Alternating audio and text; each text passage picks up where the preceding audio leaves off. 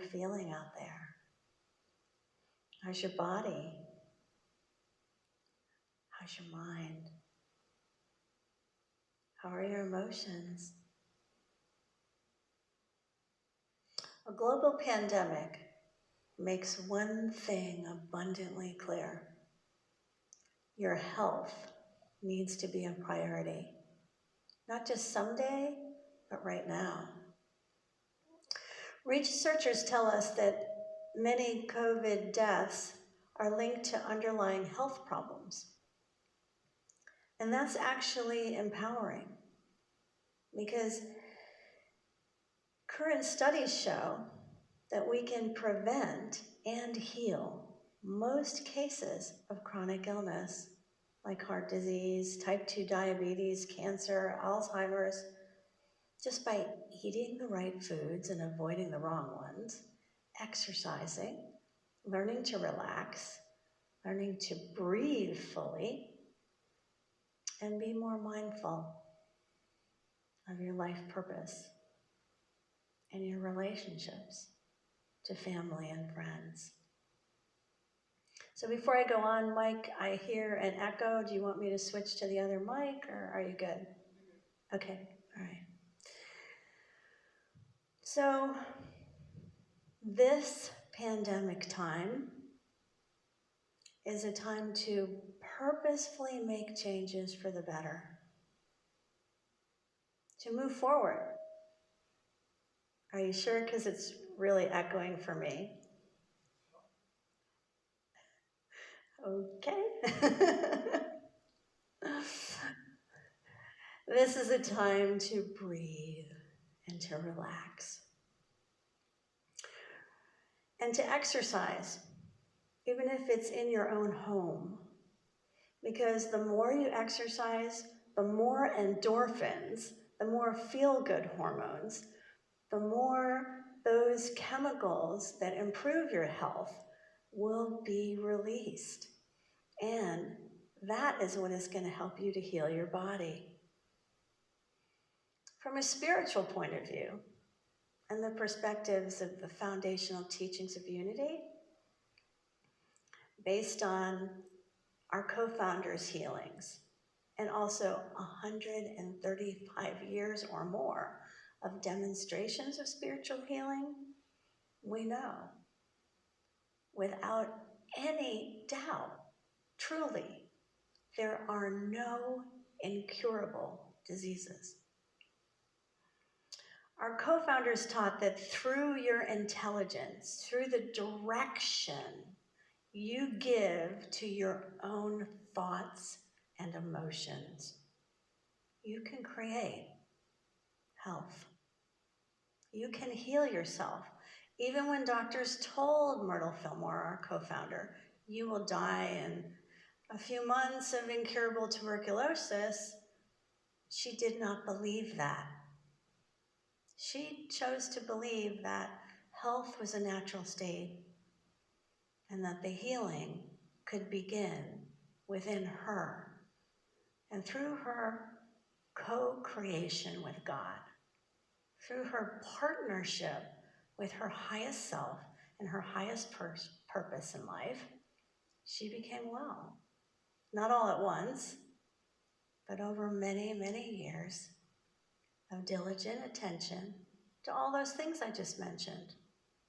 She was a strict vegetarian. She mostly picked her own food from the Unity Gardens that at the time it was called Unity Farm. They didn't have a lot of the toxicity in the environment in 1888 that we have to adjust to today. That's a factor. She spent hours and hours every day in meditation.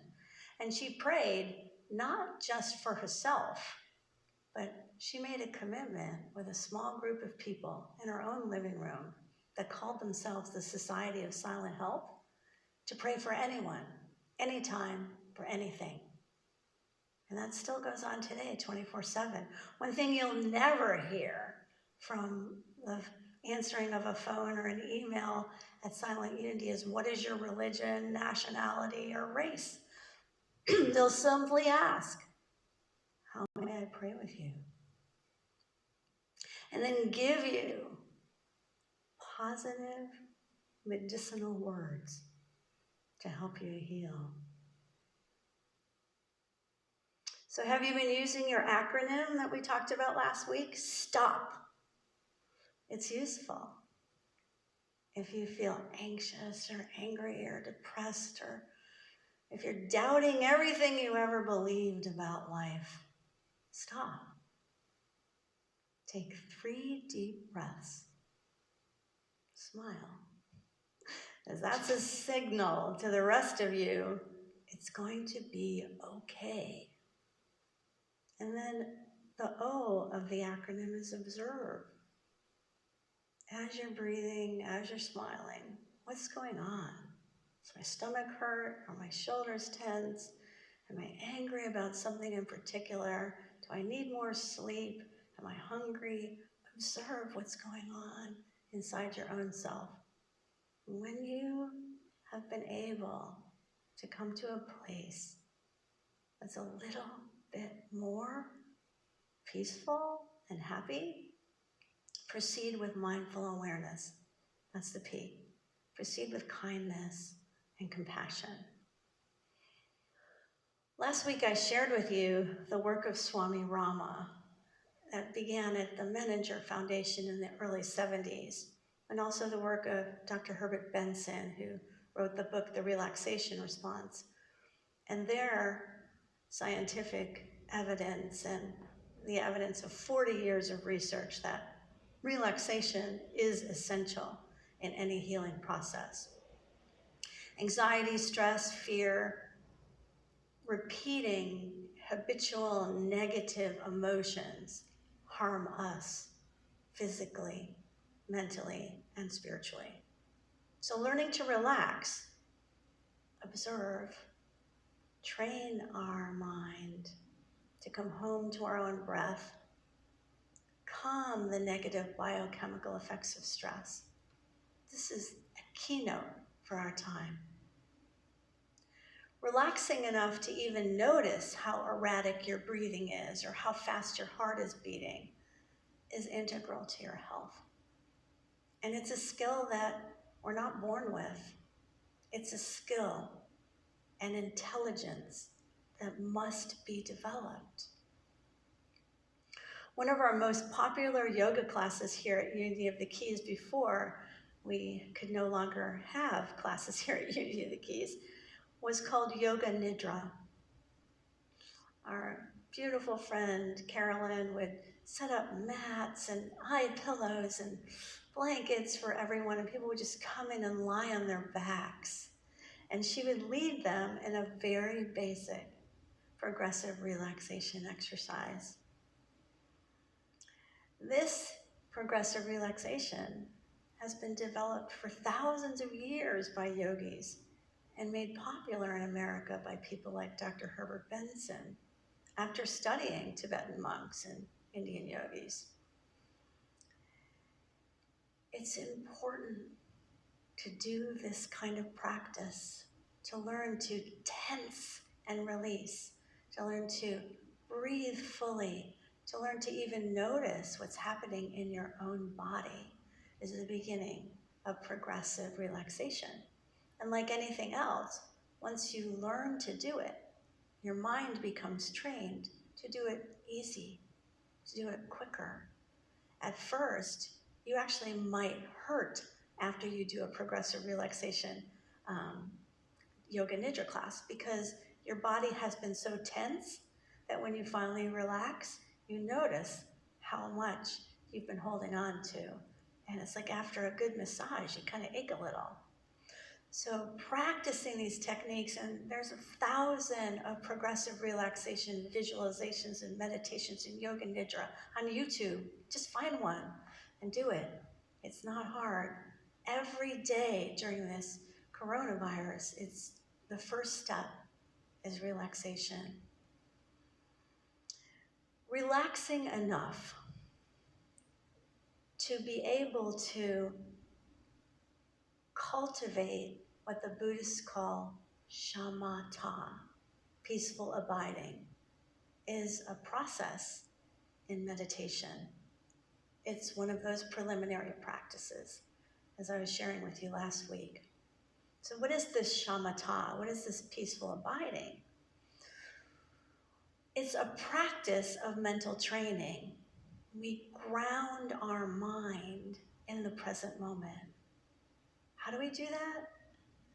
By bringing the mind home, like we train a puppy to come when we call, like we train a puppy to sit, to be still, to stay. We do the same simple training with our own thoughts, with our own breath. We place our mind on the breath, and we practice keeping it there. When I first started practicing meditation, I don't think I could keep my mind on my breath very long. I know sometimes I still can't.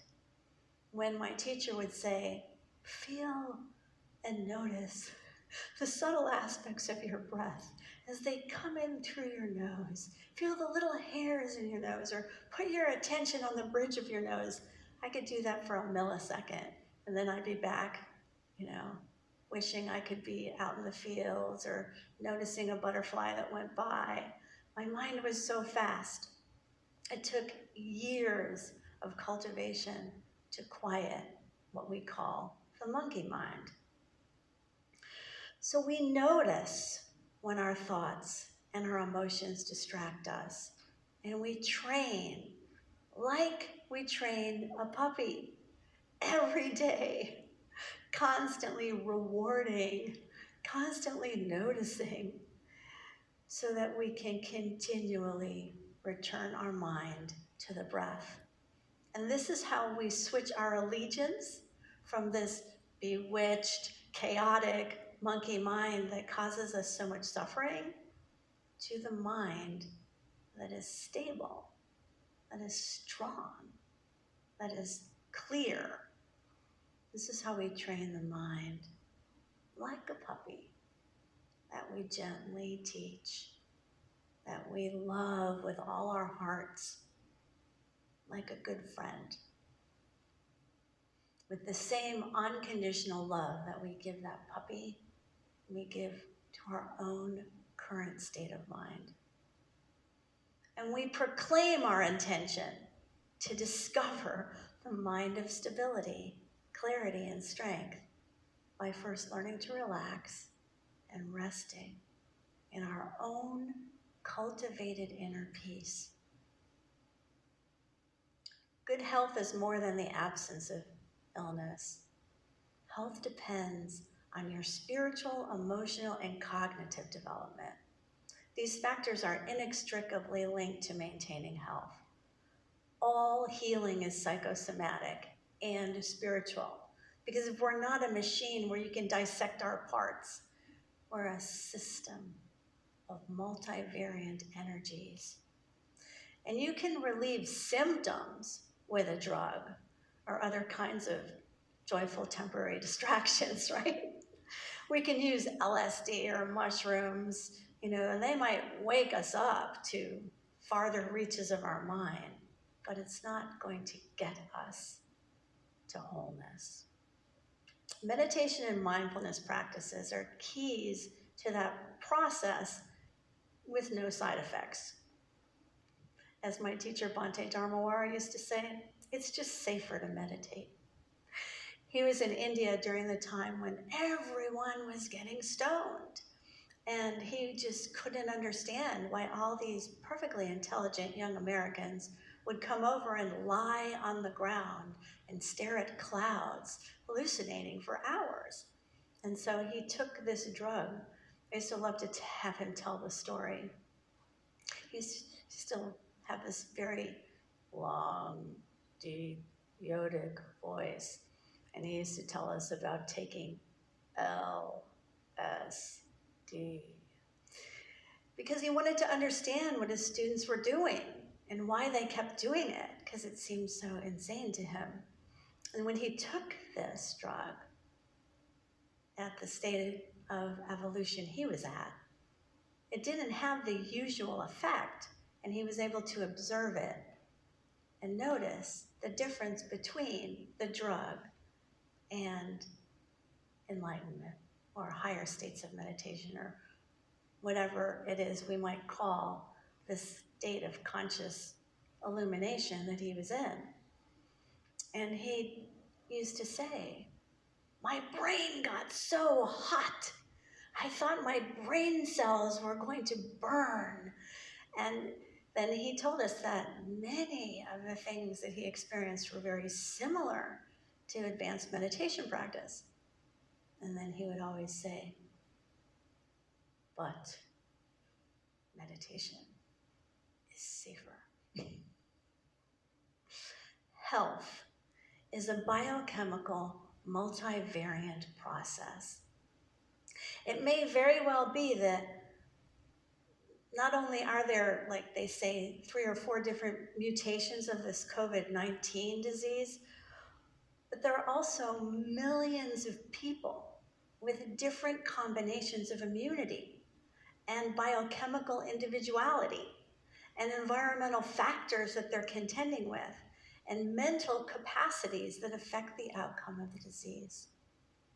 One thing we can say for certain, our ability, our capacity to increase positive emotions and modulate negative emotions will always help us to improve our health. We say in Unity there's a law of mind action, and it goes like this: thoughts held in mind reproduce after their kind.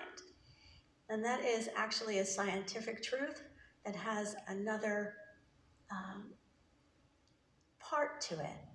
And it goes like this: thoughts held in mind do seem to reproduce and magnetize to those of their kind.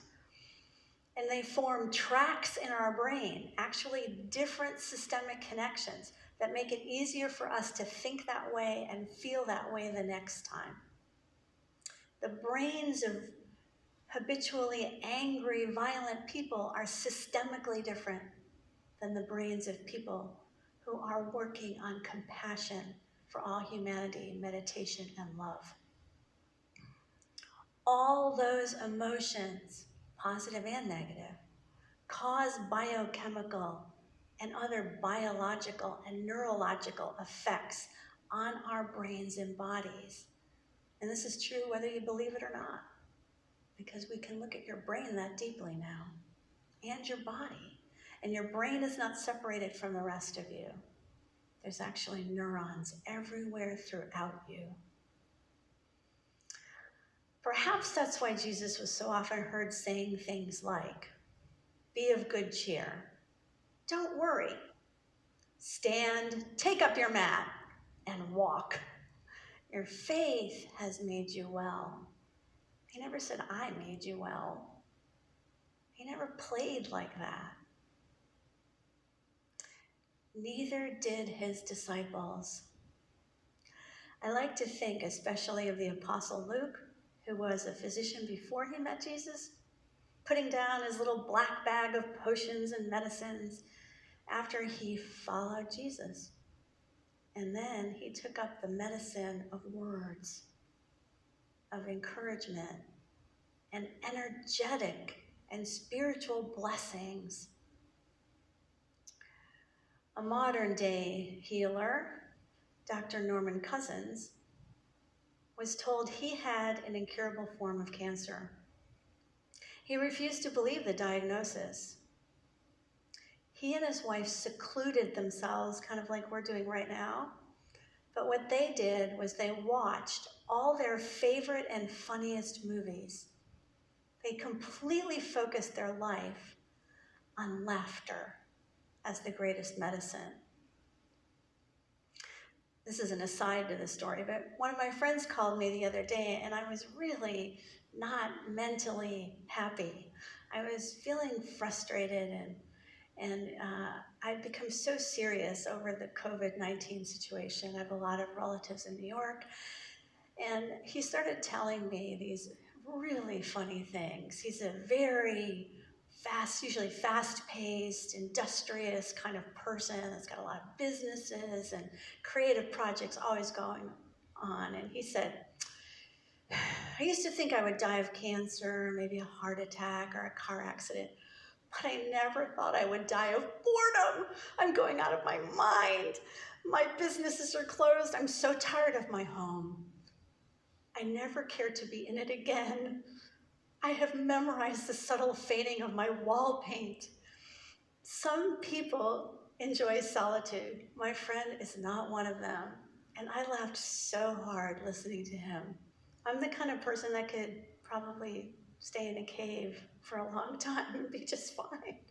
But I got the suffering.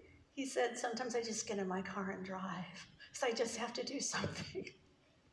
Laughter boosts the immune system, decreases the stress response, improves breathing and blood circulation, oxygenates the blood and releases toxins. Dr. Norman Cousins healed himself. And he went on to live a long, happy life in spite of the so-called incurable disease that he had. He taught us that bringing joy and laughter into your life supports healing and promotes wellness. Plus, it makes life more fun. So that's the message for today. Relax, breathe, and love one another. Take time to play. Laughter and play activate your highest intelligence and creativity. So make time to play every day. Invite others to join you in lighthearted activities with jokes and joy, even if you have to do it on Zoom or through the phone in some way. Use these experiences that you have, this time, this precious time that you have. Don't isolate. Find creative ways to connect with yourself and everyone. Let play free you from the constraints of human-created time and take time to create new ways to play. Plan new adventures. Create games. Create music. You can do this. I even filmed part of a video for Nemo on my iPhone. You can do creative projects together, even when you're not physically together. I used to be photophobic before I met Kim, our videographer. But seriously, even a year ago, I did not like having my photograph taken or being on film ever. I never wanted to be filmed. And you know what? The coronavirus has just released me from whatever that was. I don't even care. I never watch my films. I don't look at my photographs much, but it's all okay with me because you know what? There's no place to hide. It's just like, this is life now. This is how we're doing it. So do it the best we can with what we've got. I had to get over myself and find something meaningful in not having a congregation present, but knowing that somewhere out there, there are people that are connecting with us today. And I love you. And I don't have to see you to know my love. I can express it through my energy and through the internet and through physical and non-physical, local and non-local mind. We all can. So be the healthiest version of yourself today and see that for all humanity. Let's see us playing at a whole new level of awareness, happily, purposefully, healthfully, as one human family.